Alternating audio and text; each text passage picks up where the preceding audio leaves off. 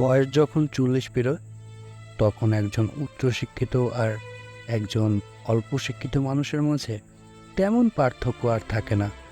কারণ কর্মক্ষেত্রে অভিজ্ঞতাটাই মুখ্য হয়ে দাঁড়ায়, ডিগ্রি নয়।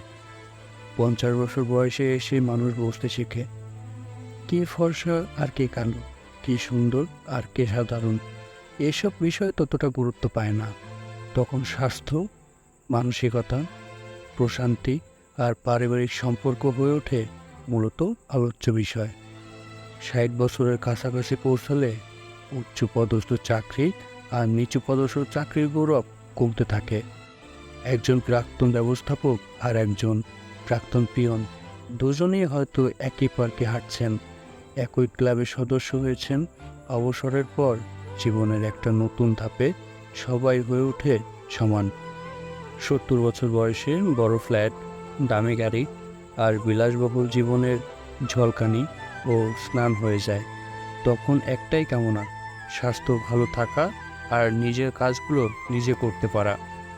একটা ছোট রুম, এক কাপ চা আর প্রিয়জনের সান্নিধ্য, এই হয় জীবনের সুখ। 80 পেরিয়ে গেলে টাকা থাকলেও তা প্রয়োগ কমে যায়।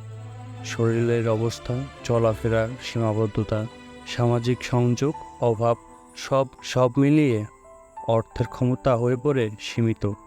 খরচ করার ইচ্ছা থাকলেও সেটা আর বাস্তবায়ন হয় না। 90 বছরের আশেপাশে এসে ঘুম আর জেগে থাকা সমান হয়ে যায়। অনেকেই তখন নিজের অস্তিত্ব নিয়ে ভাবতে শুরু করেন।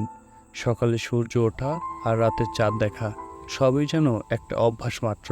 প্রিয়জনেরা তখন ব্যস্ত হয় নিজেদের জীবন নিয়ে। 100 পেরোলে তখন আপনার বেঁচে থাকা আর না থাকা কিছুই যায় আসে না।